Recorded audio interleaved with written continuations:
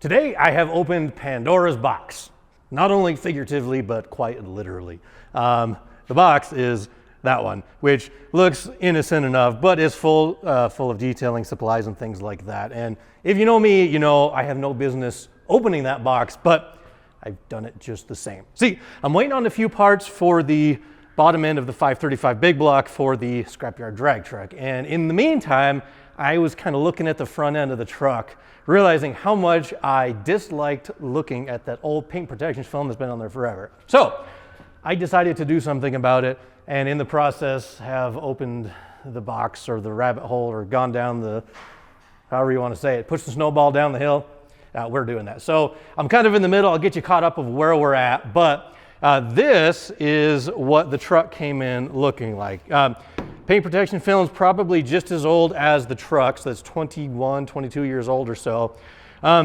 It's been on there forever. It's been baked in the sun. It looks kind of like garbage. So we're taking it off. I got to start over here on the fenders because originally you can kind of follow this line down. The fender was covered too, and this I already took the time to get cleaned up. I ran the buffer over it, and that got looking really good. It has a nice gloss to it. And it makes me fall in love with that Arrival blue color even more. So I think I'm pretty convinced that eventually, whenever it does come time to paint the truck, that's going to be the color, Arrival blue, or maybe a slight tweak on the Arrival blue. But that's kind of the blue I'm going for. But in the meantime, is going to be probably 2 years before I paint this truck, if I'm being realistic. By the time I get the engine done, get it in the truck, get the roll cage built, get all the chassis fab finished up, get it running, get it tested. We're gonna do all that stuff before we paint it. So in the meantime, I want it to look good, and I'm really digging the scrapyard vibe of all the different colors. So we're gonna make it a little bit shinier. So back here, another thing I did that I probably shouldn't have, there was a molding on this bed, and as you can see, it's really glossy now. And I don't know if the camera's gonna quite show it or not, but this bed has been painted, but when they painted it, they left the molding on, so of course they just masked around it, which is kind of a dumb way to paint stuff, in my opinion. But I wet sanded it a little bit, because there was some really hard residue from the adhesive, wet sanded it and kind of buffed it. And to me, again, for a guy who has no business doing paint and body work, or whatever this is, detailing work, that looks so much better than kind of the faded rest of the bed. And then over here on this side, for some reason, it's like someone started to, I don't even know if I'd say wet sand, but you can see a ton of scratches up and down. So I think we can bring a lot of gloss out of that. So yeah, that's exactly what we're doing today. I'm doing something that I have no business doing. I have really no idea when it comes to detailing stuff, but I've got a buffer, I've got a couple pads and a few different things of compound, so we're just gonna say, what the heck, let's bring a little bit of gloss out of the Scrapyard Drag Truck. And then if we get that stuff, we'll actually jump onto something I know what I'm doing with. So the first objective is just to get the film off of the paint. Now, you can see underneath, the paint is still in fairly decent condition. However, this film has been on there so long, it won't just peel off like you would expect. If it was maybe 3 to 4 years old, we could probably just peel it off in one big chunk, but because of the age, it's broken down. Therefore, I'm using the rubber eraser wheel and a drill just to kind of peel back most of the film. Now, where the film is a little bit pliable still, it kind of rolls right off and we have a good surface underneath. But in the center section of the hood here, it is just hard as a rock. So all we're doing is scraping off the, basically top layer and leaving the adhesive underneath. In some places, this 3M adhesive cleaner will actually take off what's left of the glue, like on the front edge of the hood. That's a pretty good section, but up top, it's just gonna require tons of manual work.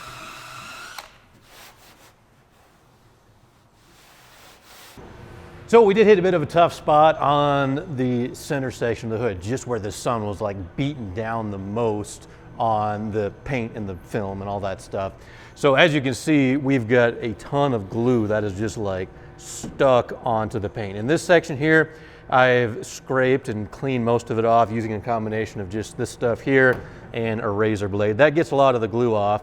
And then over on this side, it kind of looked like that. I just wet sanded 1000 grit, then 1500 grit, and it smoothed out enough to where I can buff it and bring some shine back on this. Remember, I'm not trying to make this a showpiece by any stretch of the imagination.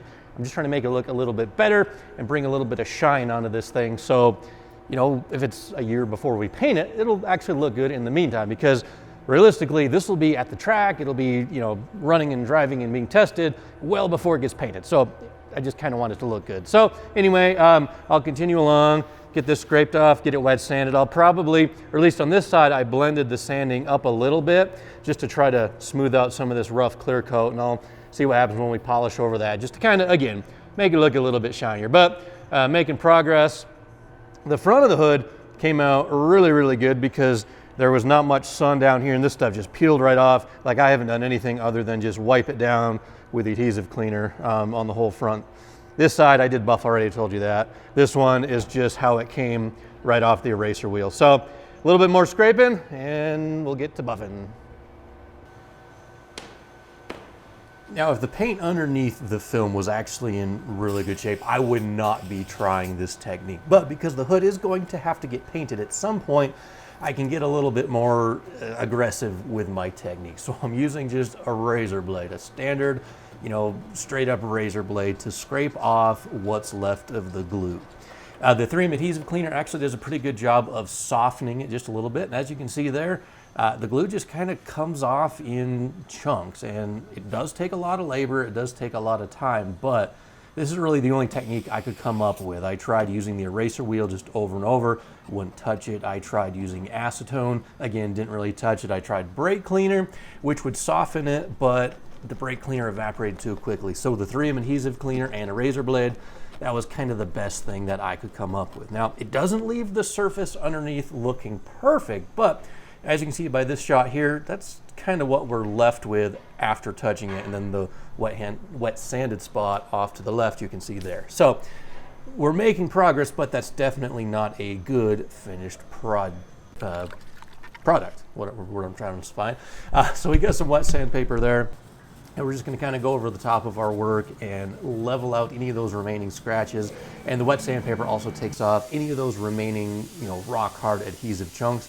And it just kind of smooths out the surface, so when we get the buffer out and polish everything, it'll kind of look a little bit glossier, a little bit shinier.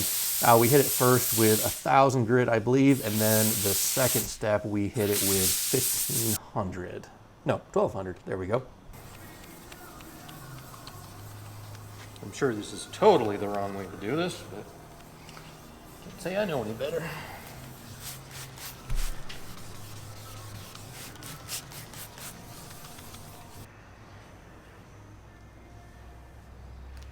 We got one final step with 1500 grit. That's the finished product there after everything has been sanded.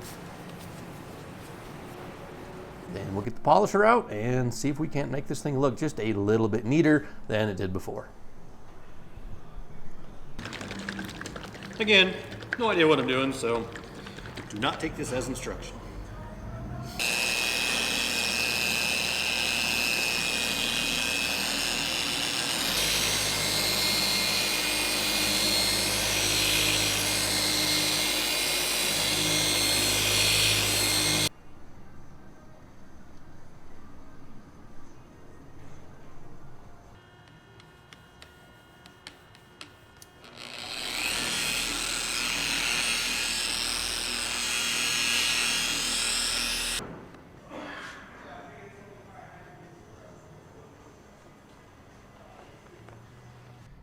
I'd normally say this is probably like the least productive use of my time, buffing this old hood out. But I gotta say, looking at it, it looks a million times better than it did before. Certainly not perfect, and I'm sure there's a lot of mistakes that I've made. There's a few scratches, for example, that I can see. I don't know if the camera will see them or not, but yeah, like right through there. There's a few scratches. Maybe I could have sanded them a little bit more progressively. I don't know, but compared to what it looked like before, I am way happy. And it's, I don't know if I'd say well worth the effort, but it fits the vibe that I'm going for. I even went and just kind of ran the buffer over the center section of the hood, over the faded clear coat, and it definitely spruced it up just a little bit. So yeah, the front end definitely looks cool. So now it's time to move on to the back. I was actually gonna, I got my weld fittings for the oil pan, but I screwed up and I ordered stainless, which you obviously cannot weld into an aluminum oil pan. So I've got to reorder the right -10 weld bung. So until they show up, we'll continue on this crazy mission of making this ugly truck a little bit shinier. So onto the bed. I already did that lower corner down there, just kind of as a test, and that's kind of what prompted me to do all that up there. But I'm just gonna clean this up a little bit, and there's like some pretty big, like, I don't know, just scrapes, scuffs, damage and stuff in here. But I think with a little bit of time spent here, I'm not gonna go as crazy as I did on the hood. I think we can make it look just a little bit better. And then on the other side, I think I already showed you how it was scratched up just a little bit, like someone kind of tried to sand it. We'll tackle that as well. And by the end of the day, we'll have a shiny truck that doesn't run or go anywhere or have an engine or any hope of doing that anytime soon. But it's gonna look good, and that makes me happy.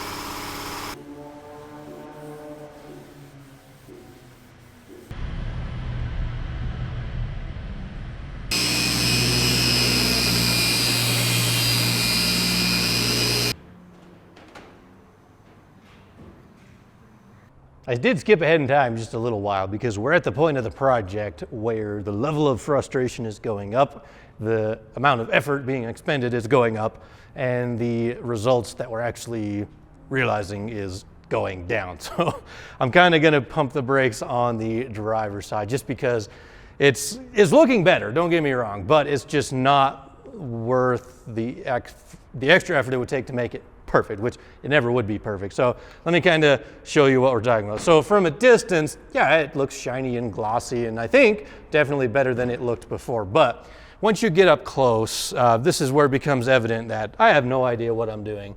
Like that's some kind of paint defect, maybe like brake fluid was spilled on it. It looks like the truck was painted like this. I think is the original black. This is a line of clear coat, and this is the aftermarket or the repair that they sprayed in.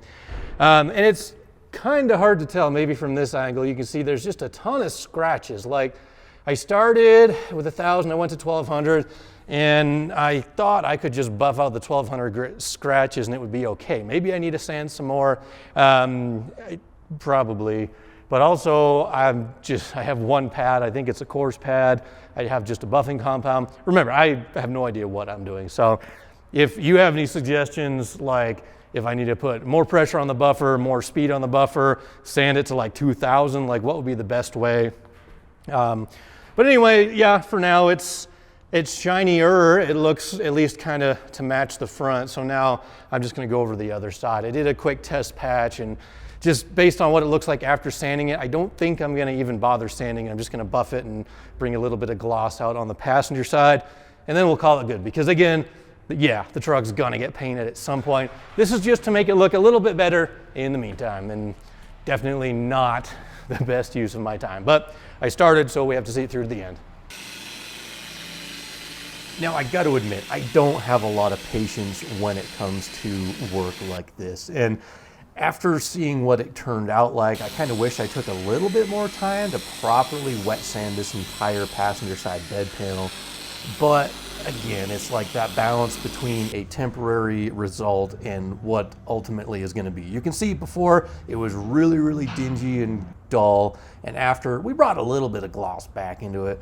If I would have spent a lot more time wet sanding progressively and maybe had a little bit better buffing technique, it would have worked nicer. But that's all right. Again, it's temporary. But while I was in there, I figured I'd give a quick buff on the headlights because they were very yellowed.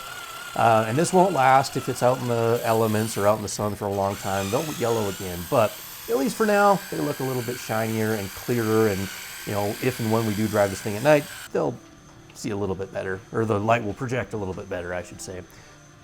Oh, I did polish the bumper cover there.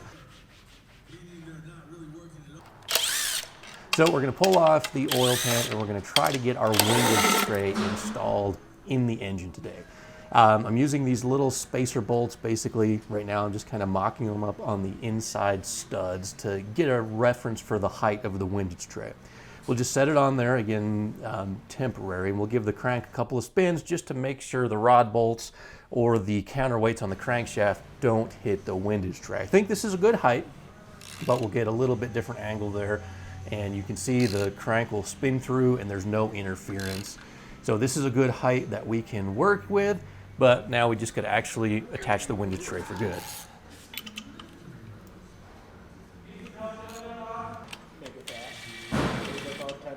Yeah. I'm all done polishing up the Scrapyard Drag Truck, and I don't know if I'd say it was worth the effort because I spent entirely too much time doing it, but it definitely looks a lot better. But now I want to focus on the task at hand, which is actually getting the engine into the chassis and kind of buttoning up the bottom end for good. There's just a few odds and ends left. We did the short block, a year and a half ago maybe. We got the long block done, the heads are on, everything's torqued, but I need to get the windage tray in. I'm probably going to do some sort of a baffle in the oil pan below the windage tray. We got to get an oil pump on there and obviously a few other odds and ends. But the big challenge and kind of where I left things off a year and a half ago is just because the Gen 7 has slightly different dimensions than a traditional big block Chevy. So I want to have a windage tray in there obviously because with a 4.5-inch stroke crankshaft, turning maybe 62 to 6,500 RPM. There's going to be a lot of air moving around in the crankcase, and obviously the windage tray kind of helps separate that air from the oil that's going to be sitting below this. Obviously, we're upside down. Think of it as that. Oil will be here. Anyway, this stops the wind basically from the crankshaft from frothing up the oil. So we need one of these, but the spacing is different because these two fasteners are wider on a Gen 7 than on a standard big block Chevy, which this is actually for, standard big block. They did have a factory windage tray in the 8.1, but it won't actually fit with the bigger stroke. I'm pretty sure. I don't actually have one to confirm that theory, but pretty positive with a big stroke of the aftermarket crankshaft, it won't clear the stock windage tray. So that's why we have an aftermarket one. And for the most part, it'll go right in place, except for the ARP studs that we have to swap out here. They're not quite long enough. If you saw it just a second ago, the windage tray sets on top here, and there's not enough room to get a nut. And we need this height to clear the crank or the rod bolt. So this is the height that we need. I'm happy with that, but in order to get this to work, I'm just going to cut the stud about halfway in this long nut, and then I'll have a bolt go through the other side. So that just means I need to trim these, not a big deal. And then once I get that on, I can bolt the windage tray in place, and we can move on to the last few things, which I don't know if the parts are going to be here yet, but I do need to add a turbo drain, one on each side, because we're probably going to run twin turbos. And then on here, we have the oil fill level sensor, which I'm going to keep, but somewhere probably right in front of it maybe. I'm going to also add a port so I can have an oil temperature sensor, because with the Holley Dominator, you got like 8 gazillion inputs and outputs. You might as well log oil temp. So we're going to put a port in the pan so we can actually measure it. So let's make some sparks.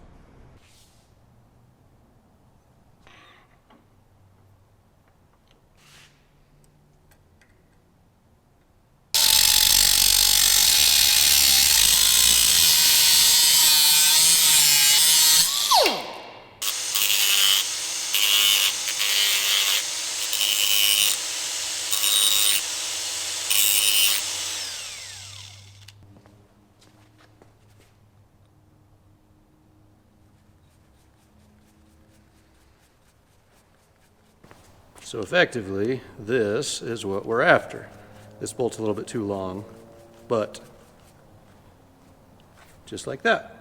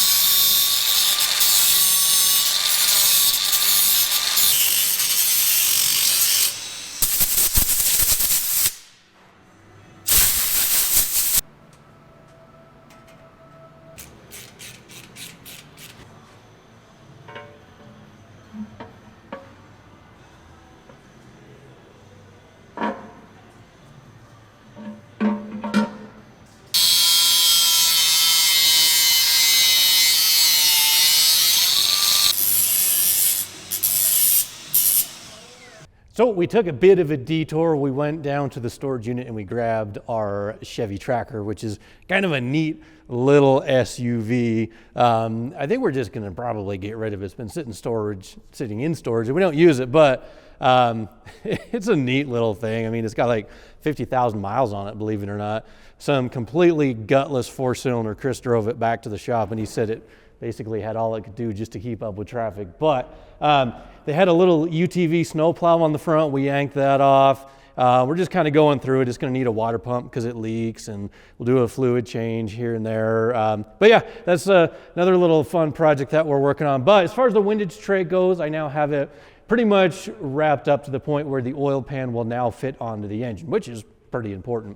I did have to take a fair amount more out than I originally thought, but rather than just starting with a big chunk, you kind of sneak up on it so you've only taken out exactly what you have to do. But there's a pretty big bump in the pan right here. You can see that's for the front differential, so this needs to be here. This material is pretty thin, so I don't really want to grind away anything on the aluminum, so we just made that notch in the windage tray. I think it'll still be very effective because most of the horizontal flat surface here is still intact, so we just had to get rid of that where the notch in the pan kind of bumps in. Anyhow, I'm going to do a little bit of welding on it just to kind of reinforce this edge, but other than that, it's pretty much done. So we'll pick things up next time. The pan's not done yet because I still have to put the ports in for the turbo drains and for the temp sensor, which I don't have those bungs yet. So as soon as they show up, we'll get it squared away. But thank you guys for watching. We got some fun projects coming up I think you might be excited about. So come back soon and see what we're up to.